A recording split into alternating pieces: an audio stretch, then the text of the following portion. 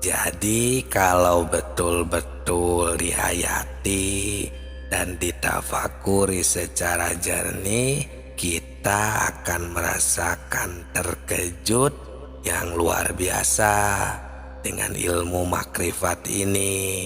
Karena ini ilmu makrifatullah, ilmu tingkat tinggi yang akan menggugah hati kita.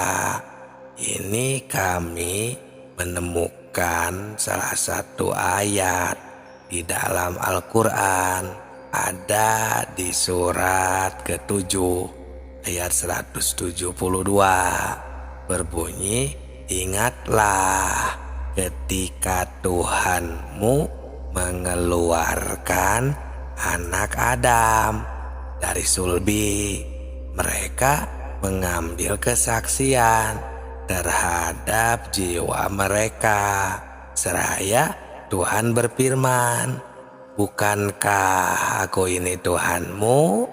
Mereka menjawab, ya betul, kami menjadi saksi. Syahidna, kami bersaksi supaya kamu nanti pada hari kiamat tidak mengatakan sesungguhnya kami orang yang lalai. Nah, ini sahabatku merupakan ilmu makrifat tingkat tinggi.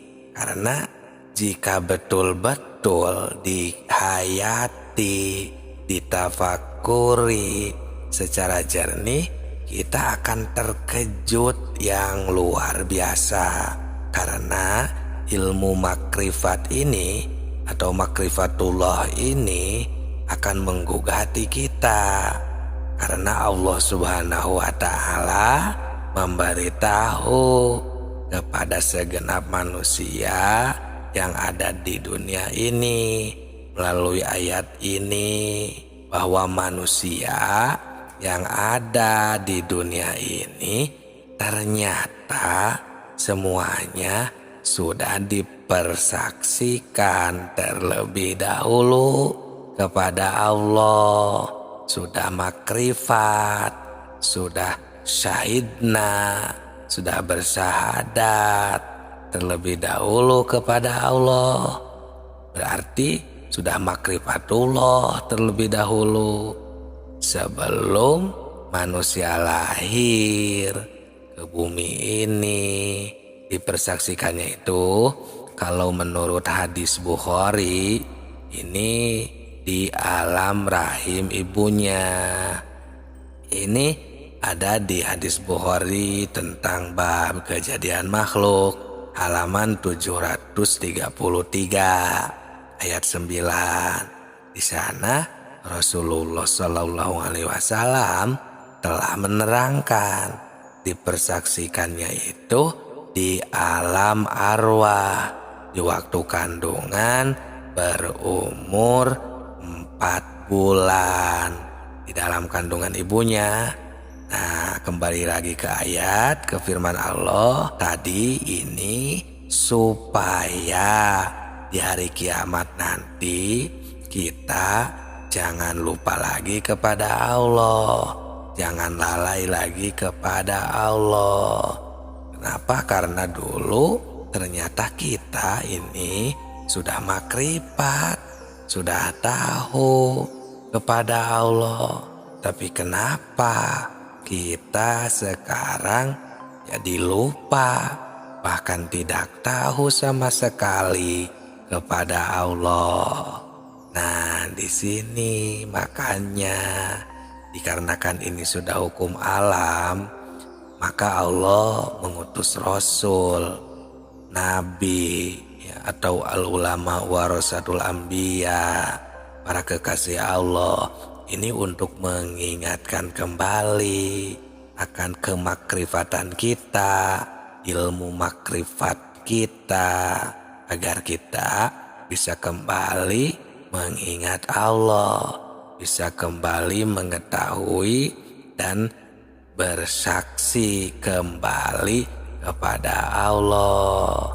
Ini agar kita sebagai manusia tidak berleha-leha atau tidak hidup terlena, karena kita diamat-amati, kita ini dipantau terus supaya jangan lupa lagi kepada Allah Subhanahu wa Ta'ala, Sang Pencipta alam semesta. Ya, silakan dengan hati yang jujur, kita jangan mendustai diri sendiri. Tanya hati kita masing-masing, apakah kita memang lupa, kita tidak tahu kepada Allah, sedangkan kita ini dahulunya pada tahu. Nah, kami di sini akan mengingatkan kembali ya.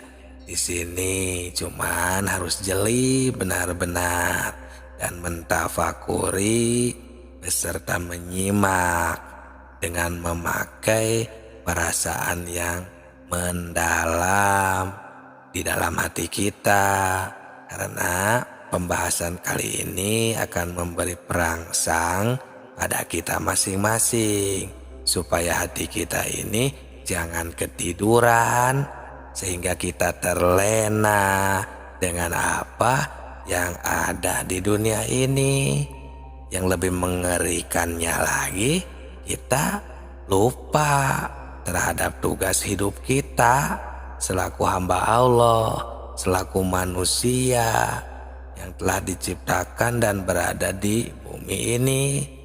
Ya, salah satunya yang tidak boleh dilupakan itu kan menjalankan perintahnya dan menjauhi larangannya yang diperintahkan di dalam Al-Quran dan hadisnya.